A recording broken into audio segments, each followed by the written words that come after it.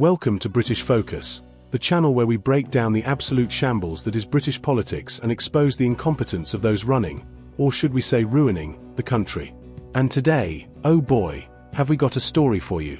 If you thought things were bad, just wait until you hear what happened last night. Grab a cup of tea, sit tight, and let's dive into the political disaster that is Keir Starmer's latest meltdown. An economic catastrophe so monumental that even Labour's own members are quietly contemplating whether they backed the wrong horse. Now, I know we're used to politicians making fools of themselves, but this was something special. Starmer, in what can only be described as a complete and utter implosion, stood before the cameras and delivered the most incoherent, panic-ridden, deer-in-the-headlights performance we've ever seen. It was almost tragic, almost. There he was, supposedly the man leading the nation, rambling incoherently about the economy as if he'd just been handed a GCSE economics textbook 5 minutes before stepping onto the stage. He stumbled, he mumbled, and at one particularly painful moment, he practically admitted that he had absolutely no idea how to fix the mess he's created. Now, I know what you're thinking. Surely, this was just an unfortunate slip-up, a bad night for poor Keir. But no, this wasn't just a bad night. This was a full-blown public humiliation that exposed what many of us already suspected. Starmer is completely out of his depth. This man, who had the audacity to claim he'd fix the economy, stood there looking as bewildered as a contestant on Mastermind who just realized they've chosen the wrong specialist subject. And, as if watching him struggle through that train wreck of a speech wasn't bad enough, the real consequences began to unfold the moment the markets opened this morning. Now, if you enjoy watching financial stability crumble before your very eyes, then you were in for a treat. The FTSE 100 took a nosedive so dramatic it could have been mistaken for a Hollywood stunt. Billions, yes, billions, were wiped off the market in mere hours. Investors panicked, businesses braced for impact, and all the while, Starmer and his band of economic geniuses looked on as if they had absolutely no idea what was happening. But wait, it gets worse. It's not just the stock market that's in freefall. The pound is tanking faster than Labour's approval ratings. It's almost as if international investors are looking at Britain under Starmer and thinking, you know what? Maybe we'll take our money elsewhere. And who can blame them? Every time this government opens its mouth, it sends another shockwave through the financial world. And let's talk about what this means for you. Because, while Labour politicians sit comfortably in their taxpayer-funded offices, the real people suffering from this disaster are ordinary Britons. The hard-working families, the pensioners, the small business owners who are watching their savings and futures vanish before their eyes. If you've checked your pension fund today, I hope you were sitting down, because thousands have been wiped away overnight.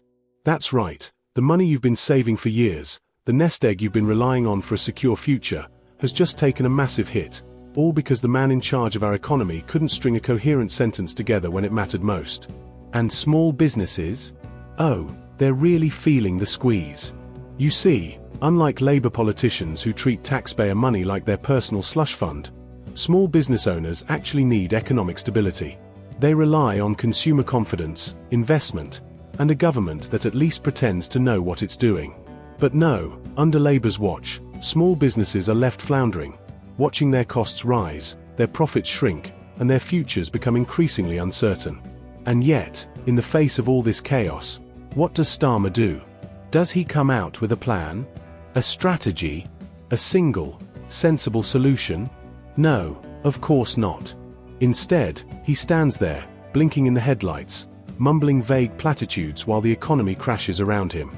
And let's not forget his stellar performance at PMQs, dodging questions, cracking awkward jokes, and pretending that people freezing in their homes is some sort of amusing anecdote. Because nothing says strong leadership quite like making jokes about Nigel Farage while pensioners wonder how they're going to afford their heating this winter. And let's not even start on the Chagos Islands deal. You'd think that as Prime Minister, he'd have at least some grasp of what's happening on the global stage. But no, when asked about it, he looked like he'd rather be anywhere else. Perhaps back in his office desperately Googling how to fix an economy in 3 easy steps. But the worst part? This isn't just a one-off disaster. This is a pattern. Every time Starmer is faced with a challenge, he buckles. Every time he's asked a serious question, he dodges. Every time the country needs leadership, he's nowhere to be found. And let's be honest, This isn't just embarrassing for Labour, it's dangerous for Britain. Because while Starmer fumbles his way through press conferences and economic blunders, real people are paying the price. Small business owners who have worked for decades to build something are watching it all fall apart. Pensioners who have saved their whole lives are seeing their future security evaporate. Young families who dreamed of owning a home are realizing that under this government, they'll be lucky if they can afford a one-bedroom flat with a leaking roof. And what does Labour do? Do they take responsibility? Do they admit they've made a mess? No. They double down. They blame everyone but themselves. It's the market's fault, it's the investors' fault, it's the previous government's fault. Anyone but them. It's almost impressive how little accountability they're willing to take. So here's the question, Britain, how much more of this are we going to tolerate? How many more economic disasters? How many more market crashes? How many more humiliating press conferences before we finally say, enough is enough? Because if this is the best Labour has to offer, then we are in for a very, very rough ride. And if you think things are bad now, just wait until you hear about Labour's grand economic plans, the same plans that have got investors running for the hills. But we'll get to that soon. For now, let's just take a moment to appreciate the absolute state of things, and ask ourselves, can we really afford to let this circus continue? If you're tired of the incompetence, the economic disasters, and the sheer cluelessness of Labour's leadership, then make sure to subscribe to British Focus and stay informed. Because someone has to hold these people accountable, and it sure as hell isn't going to be the mainstream media. So, let's talk about Labour's grand economic vision, if you can even call it that. You see, Keir Starmer and his merry band of economic amateurs have promised us a brighter future, a prosperous Britain, a land flowing with milk and honey. Except, of course, they've got absolutely no idea how to make it happen. It's all just vague rhetoric, pie-in-the-sky fantasy, and a level of financial recklessness that would make a teenager with their first credit card look like a fiscal genius. Now, let's start with the obvious, Labour's budget. You'd think, after all the years they've spent whining about economic mismanagement, that they'd at least have a solid plan ready to go, right? Wrong. What they've given us instead is a budget that looks like it was scribbled down on the back of a napkin at a Wetherspoons. Nothing adds up. The numbers are off, the promises are empty, and the whole thing hinges on one thing, borrowing. Lots and lots of borrowing. Ah yes, borrowing, Labour's favourite pastime. Because why deal with financial responsibility when you can just rack up debt and pray the problem sorts itself out later? They're acting like they've discovered some magical loophole in economics where they can just spend and spend with no consequences. Newsflash, that's not how it works. Every single penny they borrow now will have to be paid back, by us, the taxpayers. But don't worry, they've got a plan for that too. And by plan, I mean squeezing every last drop out of hard-working Brits with even more taxes. Which brings us neatly onto the topic of taxation, Labour's second favourite pastime. You know, Starmer loves to dodge the question of tax increases, as if somehow, if he avoids saying the words out loud, we won't notice when our paychecks start shrinking. But let's be honest here, of course taxes are going up. They have to. There is no way Labour can fund all their ludicrous spending plans without bleeding us dry. But here's where it gets even better. They know they can't just announce a tax hike and expect people to be thrilled about it. So what do? They introduce stealth taxes. Little, hidden, sneaky taxes that creep up on you when you least expect it. You won't see a big headline saying, Labour raises taxes again, not until it's too late, anyway.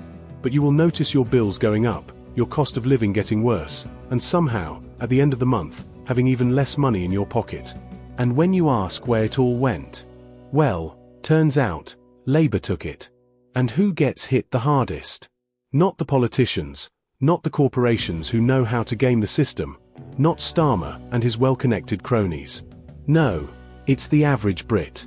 It's the small business owner struggling to keep the lights on. It's the young couple trying to save for a home, only to realise that under Labour, they might as well give up on that dream altogether. It's pensioners who have worked their whole lives only to see their savings evaporate because Starmer and his team can't do basic maths. And what about businesses? The backbone of our economy? The ones that create jobs, drive innovation, and keep this country running? Well, Labour has got a fantastic plan for them too. make it as difficult as possible to survive. That's right, in Labour's infinite wisdom, they've decided that businesses are clearly making too much money, so they're doing everything in their power to ensure they either shut down or flee the country altogether. Investor confidence is tanking, and who can blame them? Who would want to put their money into a country led by a government that changes its economic policies more often than Starmer changes his stance on Brexit? The markets have taken one look at Labour's plans and decided they want no part of it. Companies are pulling back on investments, hiring freezes are in place, and some businesses are outright leaving.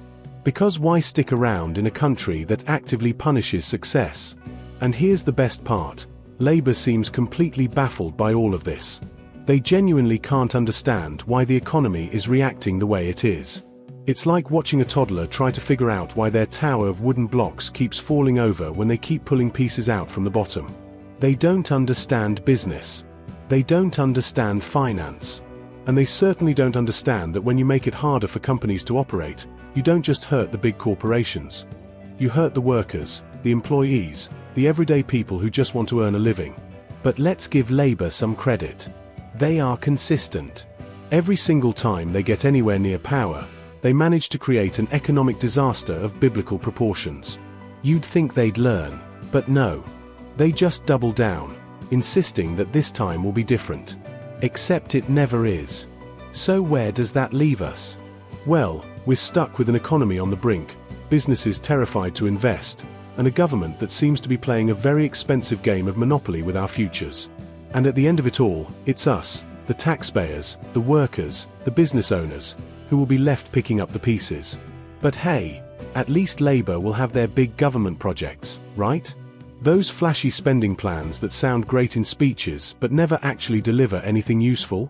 Except, of course, they won't have the money to fund them because they've already squandered it all. So we'll be left with more debt, higher taxes, and a government that keeps insisting that everything is fine while the country burns around them. And what's Starmer's response to all of this? Silence. Dodging questions, deflecting blame, pretending that the mess unfolding before our eyes is somehow not his fault. Because that's what Labour does best. Pretend. Pretend they've got a plan, pretend they know what they're doing, and pretend that the rest of us don't see through their nonsense. So, the real question is, how much longer are we going to put up with it? How much longer are we going to let these people wreck our economy, ruin our businesses, and make life even harder for ordinary Brits? Because if we don't wake up soon, we're going to find ourselves in an even deeper hole, and by then, it might be too late to climb out. At some point, we have to ask ourselves, do we really want a government that treats our economy like a plaything? Do we really want leaders who see businesses as enemies and hard work as something to be punished? Because right now, that's exactly what we've got. And unless something changes, we'll be paying the price for Labour's incompetence for generations to come. Debt. It's a simple word, isn't it? Something we all understand. Spend more than you have, and eventually, the bill comes due. It's basic common sense. Well, at least for most of us. But not for the Labour Party. No, in the delusional world of Keir Starmer and his economic wizards, debt isn't a problem, it's a solution. A solution to what, exactly? That part remains a mystery. Because while the rest of us are expected to budget, plan, and live within our means, Labour seems to think they've discovered a magical economic loophole where you can just borrow endlessly without consequence. Now, I hate to be the bearer of bad news, but reality doesn't work that way. At some point, someone has to pay. And guess who that someone is? You. Me. Every single taxpayer in Britain. While Starmer parades around pretending to be a competent leader, his government is running up a debt bill so astronomical it makes your energy bills look like pocket change. Let's talk numbers, shall we? Labour's borrowing spree is on track to reach levels that would make a reckless gambler blush. Billions upon billions are being thrown around as if money grows on trees in Downing Street's back garden. But here's the real kicker. We're not just borrowing money. We're borrowing money at insanely high interest rates. That means every pound Labour throws into their latest doomed vanity project isn't just a pound borrowed. It's a pound borrowed with a ridiculous amount of interest attached. And where does that interest go? Not to our schools, not to our NHS, not to fixing our broken roads. No, it goes straight into the pockets of lenders, foreign investors, and financial institutions who are more than happy to capitalize on Labour's incompetence. And as that debt mountain grows, so does the interest we have to pay. Money that could have been used for actual public services instead of plugging the financial black hole Labour has created. Now, let's be clear, borrowing itself isn't always bad. Governments borrow all the time. But responsible governments, ones with at least a shred of economic sense, borrow wisely, with a clear plan to pay it back. Labour.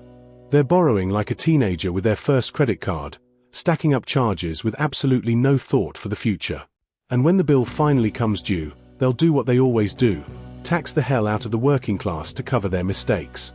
And let's talk about what all this economic chaos is doing to the country. Because, contrary to what Labour might believe, people are paying attention. They're watching their paychecks shrink, their savings disappear, their businesses struggle. And they've had enough. You don't have to look far to see the growing wave of opposition. Protests are popping up all over the country. People who voted Labour thinking they were getting change are realising they've been sold a bill of goods. Even die-hard Labour supporters are questioning whether they've made a mistake. Because, at the end of the day, even the most devoted socialist can't pay for groceries with good intentions. And Labour's response? Well, they're doing what they do best, ignoring reality. They pretend the protests aren't happening. They dismiss criticism as right-wing scaremongering. And they refuse to engage with the actual concerns of the people they claim to represent. It's almost impressive, really. They have managed to alienate not just traditional conservatives, but also their own voters. That takes a special kind of political incompetence. And nowhere is this growing discontent more obvious than in the latest election results. You'd think, after years of Tory rule, Labour would be sweeping local elections with ease. But no. What we're seeing instead is a slow-motion car crash for Keir Starmer's party. Labour is losing control of councils they've dominated for decades. Their so-called strongholds are crumbling. The party that once claimed to represent the working people is being abandoned by, well, working people. And it's not just the usual suspects benefiting from this collapse. Reform UK, a party that barely existed a few years ago, is gaining ground at an alarming rate. The appetite for genuine opposition to Labour's economic disaster is growing, and people are looking for alternatives. Because if Labour thought they had a free pass to run this country into the ground, they are sorely mistaken. And let's take a moment to appreciate the sheer arrogance of Keir Starmer throughout all of this. Because when faced with mounting evidence that his government is failing, when presented with undeniable proof that his policies are driving people to financial ruin, what does he do? Nothing. He carries on as if everything is going just fine. As if the British people are too stupid to notice the economic disaster unfolding before their eyes. But people are noticing. And they're getting angrier by the day. So here's the real question. How much longer are we going to put up with this? How much longer will we sit by and let Starmer and his cronies pretend they know what they're doing while they drag the country into financial ruin? Because make no mistake, if we don't act soon, this crisis will only get worse. And don't fall for the usual Labour excuses. They'll try to tell you this is all temporary, that things will stabilise, that they've got a plan. Let me save you some time. There is no plan. They're making this up as they go along. And every single one of us will be left paying the price. So the real question is, what are we going to do about it? Because if Labour thinks they can keep running this country into the ground without consequences, they're in for a rude awakening. The backlash is coming. The anger is growing. And sooner or later, the British people are going to make their voices heard in a way that even Starmer can't ignore. If this is the best Labour has to offer, then we are in serious trouble. But here's the good news. Nothing is inevitable. Labour's economic disaster is not a fate we have to accept. We can turn this around. But it starts with holding them accountable. It starts with demanding real answers, not empty promises. And most importantly, it starts with making sure that, come election day, we send a message so loud and so clear that even Keir Starmer won't be able to pretend he didn't hear it. Because Britain deserves better than this. And if Labour won't deliver, then it's time we found someone who will.